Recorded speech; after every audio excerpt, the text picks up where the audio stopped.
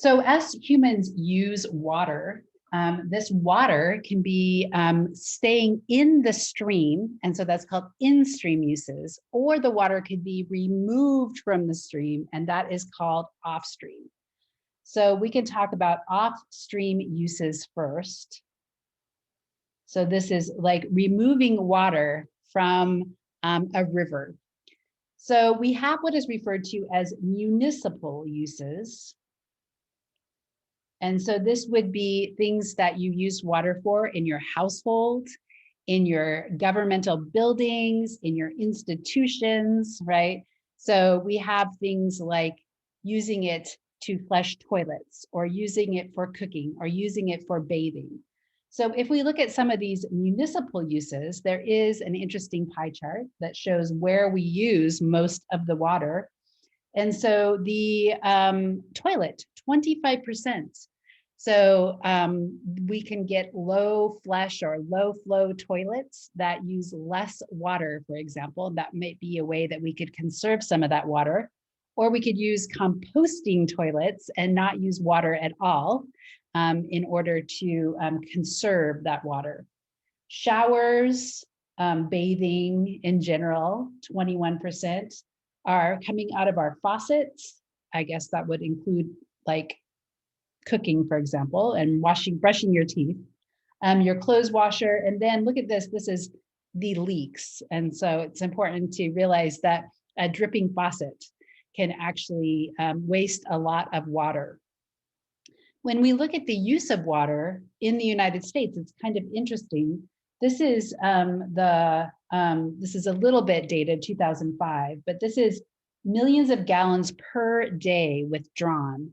And so we can see here, this is the total water. So it's not just municipal, which we'll talk about some other uses of off-stream uses of water.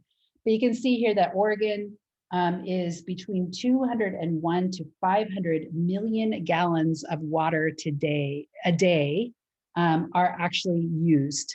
So we can see that maybe when we have more population, like in California, or maybe if we have agriculture in different areas, then we might be using more water. Okay, so let's look at some other uses besides the municipal use. The major use of off-stream water is for agriculture.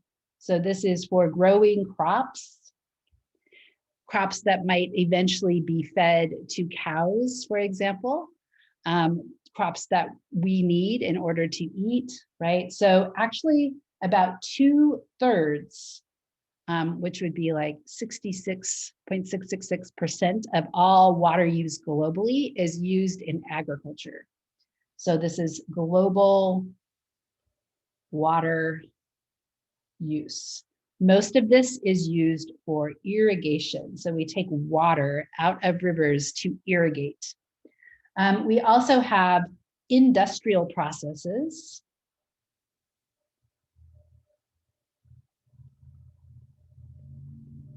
So manufacturing, like making a car, that takes water. We also have what is called thermoelectric energy.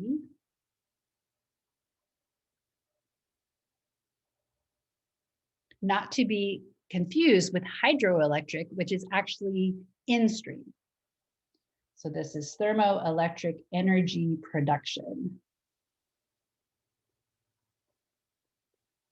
So for example, if you burn coal, yeah, right, you're going to heat up the water.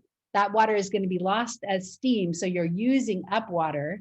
And then that steam is going to generate electricity.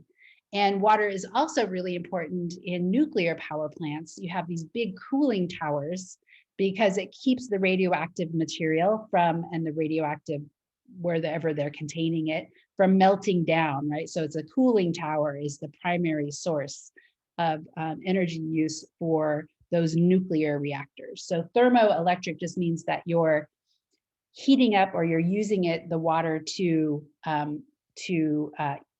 get that energy and to either absorb it or to use it to produce electricity.